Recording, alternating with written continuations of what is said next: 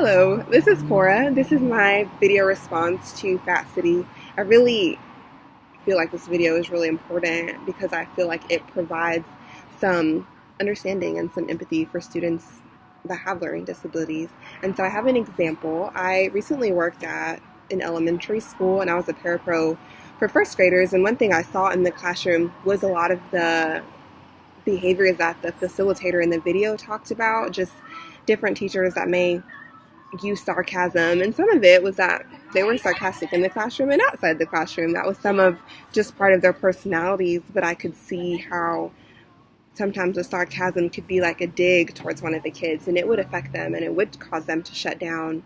And then just seeing different ways that even I can sometimes talk to the kids or just try harder, or the answer's right there. They might not see the answer. They may not see the same words on the paper that I see. They may not see it in the same way that I see it. And so I think watching this video is even helping me to check some of that, and it's pushing me to want to check some of that and be more aware of the ways that I can talk to students. And so I am tutoring one of the first graders that I work with. I just started tutoring him, and he has trouble writing his B's and P's. He gets them mixed up, and I loved the demonstration of the facilitator that had the watch, and he had it facing this way and this way and this way, and he explained that we're taught from an early age that if an object is switched around, it doesn't redefine the object just because we flip it counterclockwise. It doesn't make it not a watch or not a banana or not a cheese stick.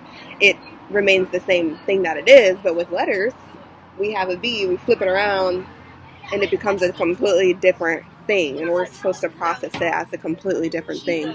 And so that really just gave me some better understanding. And I think the video as a whole, it just made me see like there's a lot of judgments I can have towards students that are just based on the lack of understanding of how the student learns and how they process information. And so I feel like this video is so important for that reason. Another thing I noticed is that the student in the classroom, the student I currently tutor, in the classroom, he's kind of could be a little bit all over the place or a little bit hyper, and he does have ADHD.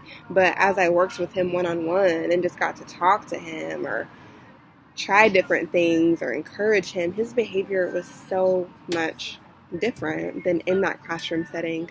And some of it is because I believe that teachers have a lot on their plates and they have standards to meet and things to turn in and just a lot of needs in one classroom, and especially teachers that have multiple students with needs or with IEPs or with learning disabilities in one classroom, and they may not have a co-teacher, they may not have a parapro, so a lot of that does fall on the teacher. And I think that a lot of students do get missed just because of the demands on the teacher and the lack of support in the classroom. But all that aside, I do believe that teachers could really benefit from watching this video. And I feel like as a tutor and as an aspiring teacher, I benefited a lot from watching this video and really want to use it to apply it in the ways that I would talk to, respond, and even the ways that I would consider activities that we would do for the student that I tutor.